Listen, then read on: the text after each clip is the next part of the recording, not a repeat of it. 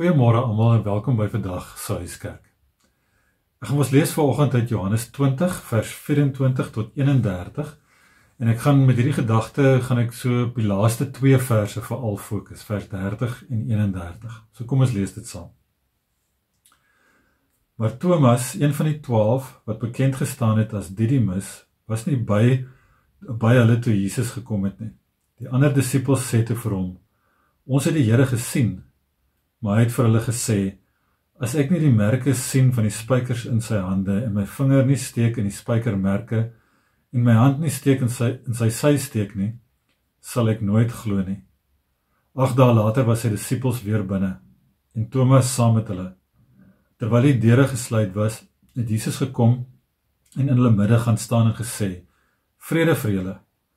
Daarna sê hy vir Thomas: "Bring jou vinger hier en kyk na my hande, en bring jou hand en steek dit in my sy, en moenie langer ongelowig wees nie, maar gelowig."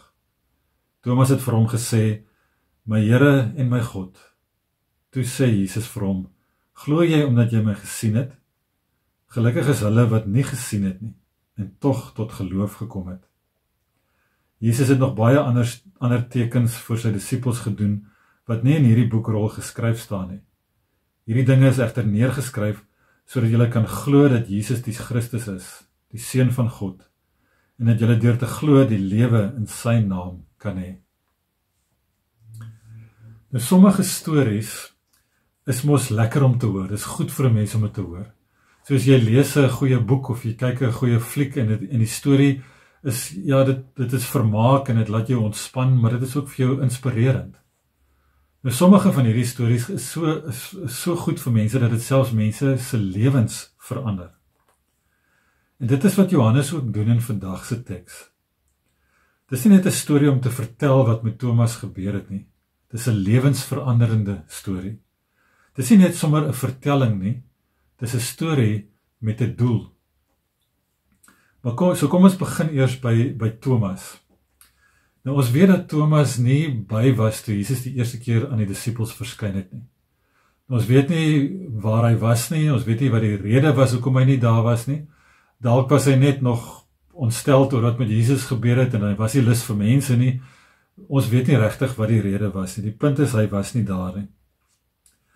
Nou, ons noem ook graag vir Thomas die ongelowige Thomas, of die twyfelende, doubting Thomas, omdat hy nie sommer wou glo wat die res van die disippels vir hom gesê het, toe hulle kom vir hom vertel het dat Jesus uit die dood opgestaan het nie. Nou, ongeloof in hierdie konteks beteken nou nie dat hy het glad nie geglo nie. Ongeloof hier beteken meer dat hy was iemand wat skepties was, hy het getwyfel oor dit wat hulle vir hom gesê het. Nou, ons sien dat Jesus veroordeel hom nie daarvoor nie. Jesus laat hom aan sy wonde voel, soos wat hy gevra het. En nadat Thomas dit gedoen het, verklaar hy, bevestig hy eintlik sy geloof deur te sê: "My Here en my God." Nou, ek het nog altyd nogal aanklank gevind by Thomas en by hierdie storie van Thomas. Want ek is ook iemand wat maar 'n skeptiese geaardheid het. Ek glo nie sommer net enigiets wat mense vir my sê nie. En soms wonder ek ook en twyfel ek oor goed en worstel ek soms ook met my geloof, soos Thomas ook gedoen het. So Thomas se storie is vir my nogal 'n gerusstelling. Jesus wys vir ons dat geloof beteken nie dat jy nie skepties mag wees nie, dat jy nie mag twyfel nie, dat jy nie mag vra nie. Twyfel is nie teenoorgestelde van geloof nie. Geloof is om te vertrou, selfs al twyfel jy. Ek dink twyfel lei ons juis tot 'n dieper geloof en tot meer vertroue. Twyfel is dink ek vir my juis 'n teken dat jy omgee vir jou geloof en dat jy ernstig is oor jou geloof. So dis goed om dis goed vir my om hierdie storie van Thomas te hoor. En dalk is dit goed vir jou ook om hierdie storie van Thomas te hoor. Dan kom ons by vers 30, en kom ek lees dit gou eers net weer. Jesus het nog baie ander tekens vir sy disippels gedoen, wat nie in hierdie boekrol geskryf staan nie. Nou, ek het dit gelees weer, en ek het gedink, my jene, dis dan nie baie nice nie. Daar is hierdie goed wat Jesus nog gesê het en gedoen het, wat nie aangeteken is nie, en waarvan ons nou nooit sal weet nie. So hoekom het Johannes nie hierdie goed neergeskryf nie? Ek dink die rede was, want Johannes was nie besig om 'n biografie oor Jesus te skryf nie. Johannes fokus net op sekere stories, omdat hy 'n spesifieke fokus, 'n spesifieke punt oor Jesus wou oordra. Dit is soos 'n uitstalling in 'n museum. Die kurator van die museum wil 'n uitstalling maak van 'n sekere gebeurtenis in die geskiedenis. En sy het baie items en baie inligting wat sy kan uitstal oor hierdie gebeurtenis. Maar sy besluit om net sekere van die items uit te stel, nie omdat die ander daarvan onbelangrik is nie, maar omdat die wat wel gebruik word, die storie die beste vertel. En dis wat Johannes ook maar doen. Dis eintlik wat al die evangelieskrywers ook maar doen.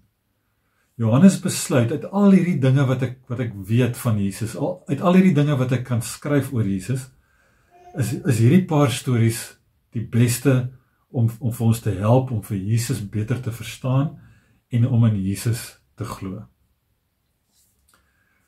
Dit bring ons dan by die laaste vers 31. Kom ek lees dit ook net gou weer. Hierdie dinge is egter neergeskryf sodat julle kan glo dat Jesus die Christus is, die Seun van God, en dat julle deur te glo die lewe in sy naam kan hê. Nou eerstens, Johannes skryf die stories sodat mense sal glo dat Jesus die Christus is, sodat hulle sal glo dat hy die Messias is, die verlosser is.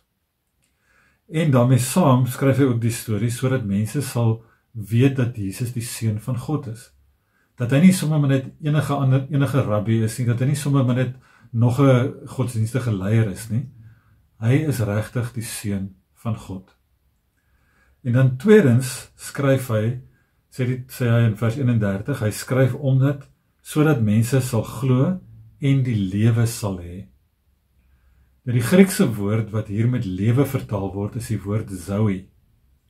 En dit beteken om ten volle te leef. Nou ek onthou jare gelede, toe loop ek eendag iemand raak, en mens vra ons nou hoe dit gaan en so aan, en die persoon vra toe vir my, so hoe gaan dit met jou? Bestaan jy net, of lewe jy regtig? Nou dit het my nogal 'n bietjie uitgebul, die vraag, maar wat die persoon vir my gevra het is, gaan jy net deur emotions, leef jy net jou lewe, doen jy elke dag die goed wat jy moet doen, of lewe jy regtig 'n betekenisvolle lewe? En dit is eintlik ook maar waaroor dit gaan in hierdie teks. 'n betekenisvolle lewe vir 'n gelowige, vir 'n Christen beteken, jy vertrou op God, jy leef met hoop, jy vergewe mense, jy's lief vir mense met woorde en met jou dade. Dit beteken jou lewe het betekenis, dat jou lewe het 'n doel en jy maak 'n verskil in hierdie wêreld. En dis hoekom Johannes hierdie storie van Thomas ook geskryf het, en ook al die ander stories wat hy geskryf het, sodat die mense wat dit lees, in Jesus sal glo en 'n betekenisvolle lewe sal lei. Geloof lei tot 'n betekenisvolle lewe, selfs al twyfel jy soms. So die vraag waarmee Johannes ons los aan die einde van hierdie storie is, wat maak jy met hierdie storie? Wat maak jy met hierdie storie? Johannes skryf nie net hierdie storie om ons in te lig nie.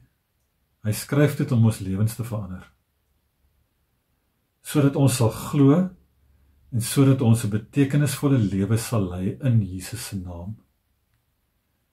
So die uitnodiging van hierdie storie is glo, vertrou en gaan lewe. Amen.